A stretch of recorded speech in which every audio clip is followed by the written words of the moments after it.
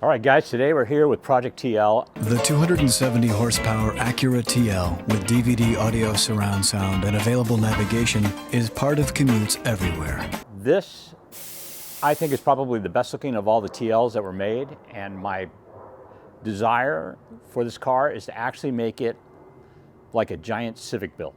Welcome to VTEC Academy. You're about to get schooled. The Acura TL, a higher form of performance.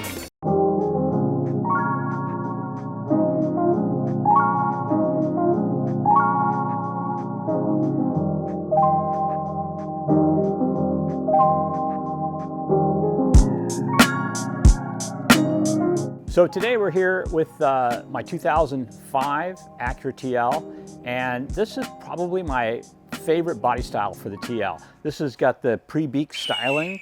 What are you looking at? Which is a lot better, but it's got all the good suspension. Dual wishbone, front and rear. Basically very similar to the TSX, only a little bit bigger car, a little bit roomier, and actually I think a lot better. In fact, this car looks good, even stock at stock ride height. Today what we're going to be doing is modifying a little bit, because my vision for this car is to build like a giant Civic build. A couple of race seats, a roll bar in the back, stripped down a little bit, and just generally kind of do what you would do if you had a hatchback Civic, because I think that'd be really cool with this thing. These things have really gotten reasonable in price. You can pick them up for about $3,500 all over the place. This particular one's an automatic transmission. We bought it for considerably less than that because it had no AC in Arizona, and that's a problem. But we're ready to start doing some modifications. Comes with a J-Series motor, and even the base model is really, really fast. You may have seen our other video where we took it out and raced it against the TSX. 3, 2, 1, go!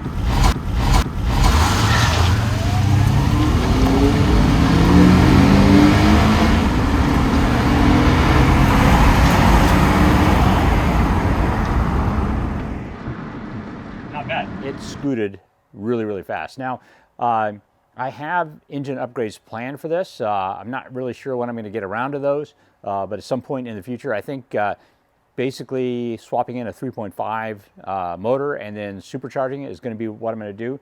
But right now, I'm interested in fixing the tan interior. It's god-awful hideous, to black. But more importantly, I want to do some stuff for the exterior. One of the first modifications people do a lot of times when they get a car is new wheels. We have some really nice wheels from Konig. I actually got some of their newer wheels to put on, but I accidentally ordered the wrong size. So I'm going to have to buy some new ones that are the correct size, but these look really good on the car. So they're 18-inch. I have some cheapy 200 treadwear tires on them right now that actually grip really well, although they're so loud. And I need to do a little bit more though. The second modification people probably do is suspension. Now, I want to have this be a performance car, so just lowering the car is not going to be good enough for me. When you're lowering the car, a lot of people will just go get any coilover, and I'm not interested in that. I'm interested in the car handling well. So what I did was I went out and got this Tein Flex Z suspension. Now, over the years, I've been going back and forth between pronouncing this as Tein or Tein. The other day when I was at SEMA, I heard one of the Tein employees pronounce it Tein. So now what I'm trying to do is remember Tein, like rain. That mnemonic should help me remember how to pronounce it. But if I occasionally say Tein, please forgive me. Anyway, the Tein Flex Z coilovers are really nice. They have a ride height that is separately adjustable from the spring preload. So you can adjust the height and still maintain all of your suspension travel. That's important. Nothing worse than slamming into the bump stops, you know, when you're going over speed bumps and things like that.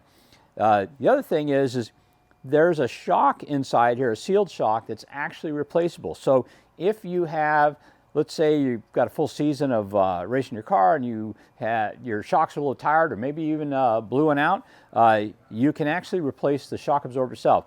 These will disassemble, you can pull the shock out, and you can buy a new one from Tein. Really nice feature. We also have a new sway bar. This is from Progress. One of the things about a well set up car for road racing is quite often you go with really super stiff suspension in order to get the car to kind of be loose in the back end. Rather than give up ride comfort, I went ahead and kept a softer spring, and we're going to put a nice big beefy bar in the back and disconnect the front one. And that should give us what we need when on the track so that we have a good handling car. Last, I need some adjustability with the control arms, because once you lower a car, what tends to happen on Honda, particularly double wishbone suspension, is it brings the top of the tires in. You wind up with more camber. Now, camber is good on the track, but it's not good on the street. On the street, you tend to wear out the inside of your tire, and the tires don't last really long if you got a lot of camber like you would on the track. So what I got was the Tru Hart upper control arms for both front and for rear. And this will give me the adjustability I need to have the car basically have flat tires on the street so I get maximum tire life. But when I go to the racetrack, I can adjust that in, readjust my toe, and I should be good for on the track. Let's put these on and see what it looks like. Nice, lots of plastic covering up everything I need to get to. Nothing's ever easy. Brian told you that he's running the cheapy tires, and these are them. They are Federal 595 RSRRs, and it's got super cool tread pattern. We haven't tried them out to see how well they stick, but we can tell you that on the street they are loudish. So if you are looking for 200 tread wear tire that you want to daily with, and you don't mind the extra noise, these might be the safe bet for you. But if you don't like a lot of road noise, steer clear. Right? Yeah, I've had them. They're loud. Yeah, buddy.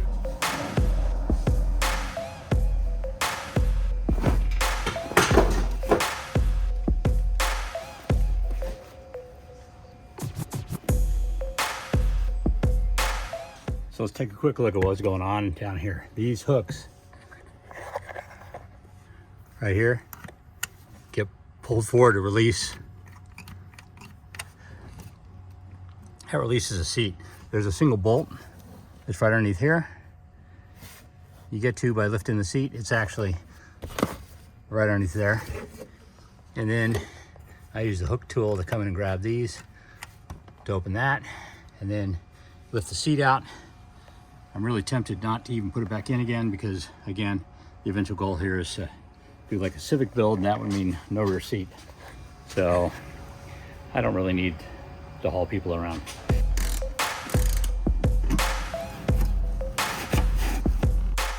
So how's this going? I'm gonna try to figure out where the there's some bolts you loosen up to take it loose. I'm like, how the hell do you get to them? Well, apparently you get to them like this.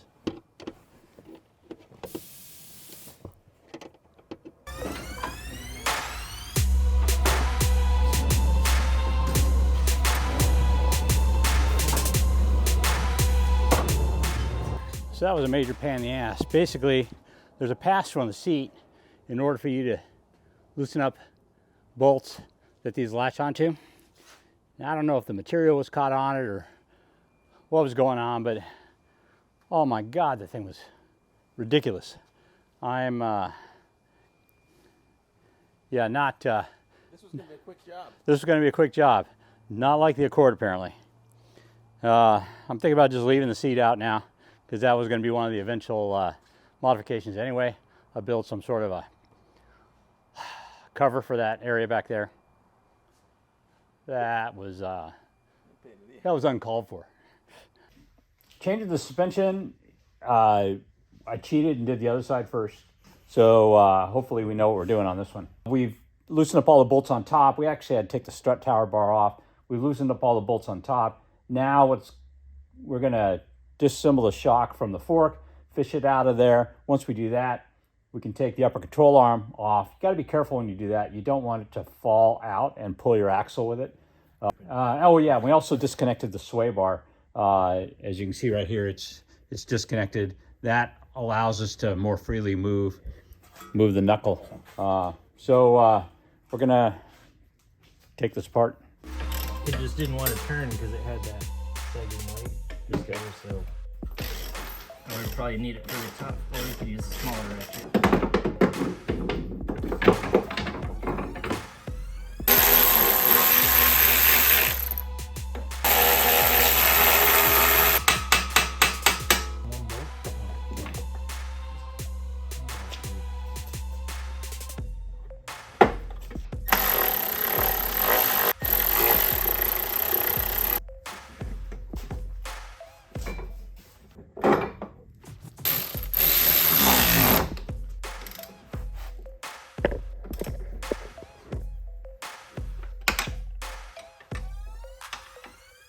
We just got done tightening these bolts with a guess of where our camera needs to be. I'm sure this will have to get aligned. It looks all fresh. Now for the back. Check it out. What the heck? Yeah, I see it. Bonus, we got a wasp nest. Okay, so the procedure here is we're replacing the upper control arm with the new one, the adjustable one. As far as taking the strut off, it's fairly straightforward. This bolt comes out right here, and there's actually a plate here that unbolts, and that kind of gets out of the way. There's a small bracket right here that needs to come off, and that way we can access the through bolt on our control arm. And then there's also a nut down here that comes off of the control arm, so we can kind of pop it off.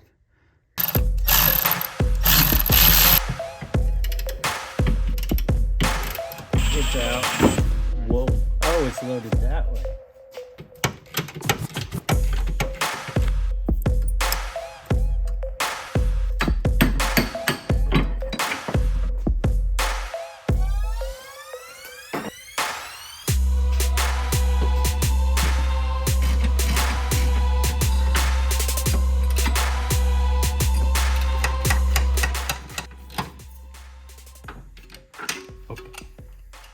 That's something foot-pounds of torque.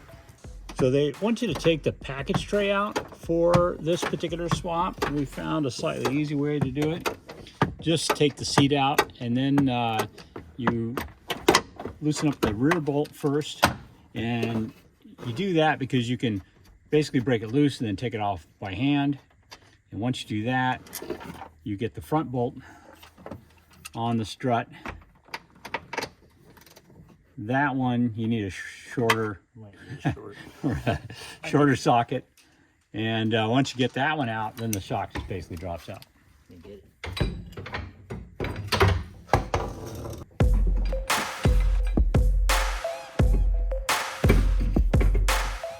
Here's our wasp nest. Oh, nice. Installed.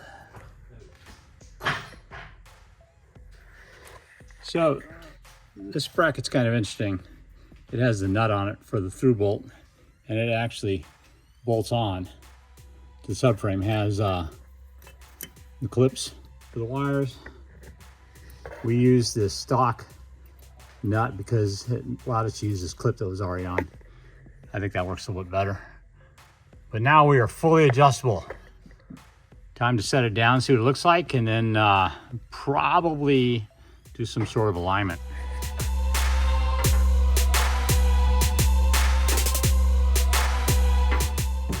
Cool thing about these bushings, they come with lube. You don't use a lube and they squeak. Use a lube.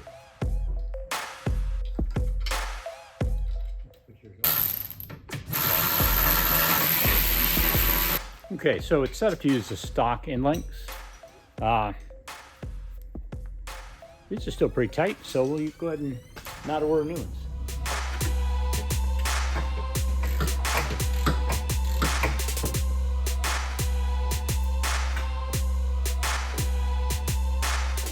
Pretty low and mean. Well, if that wasn't in the way, I'd take it for a test drive. I'll take it for a test drive tomorrow.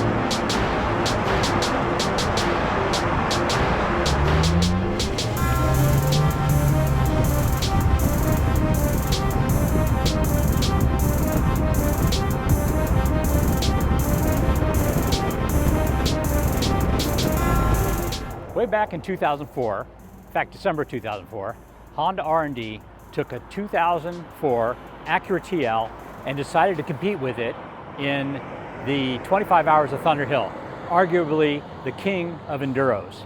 Now, they actually finished first in class and third overall. Ever since then, it's been my desire to have a TL track day car. So that's why I'm building this car. And I think we're off to a great start. The new suspension is great. The new sway bar really brings the handling alive. As a matter of fact, it's the same sway bar that was used on, well, not the exact same one, but the same design sway bar that was used on the Acura TL in that race. Anyway, this car I think is going to make a fantastic race car. We're done with our first step. I'm not really sure what the second step is. I think what I'm going to do is I'm going to strip down the interior and try to get some weight off of this beast, and then we're going to start looking at the engine. Not only does the car handle better, I think it looks so much better. So now I got to figure out what's next. I think one of the things I'm going to do is take it out, do a little bit of testing, maybe do some autocross, see how it really handles, and try to figure out what I do next. Well, guys, thank you very much for joining me for another episode of VTEC Academy. If you want to see more videos like this one, please think about liking and subscribing. And if you know somebody with a TL, why don't you share this video with them? Anyway, guys, thanks for clicking on us, and we'll see you next time.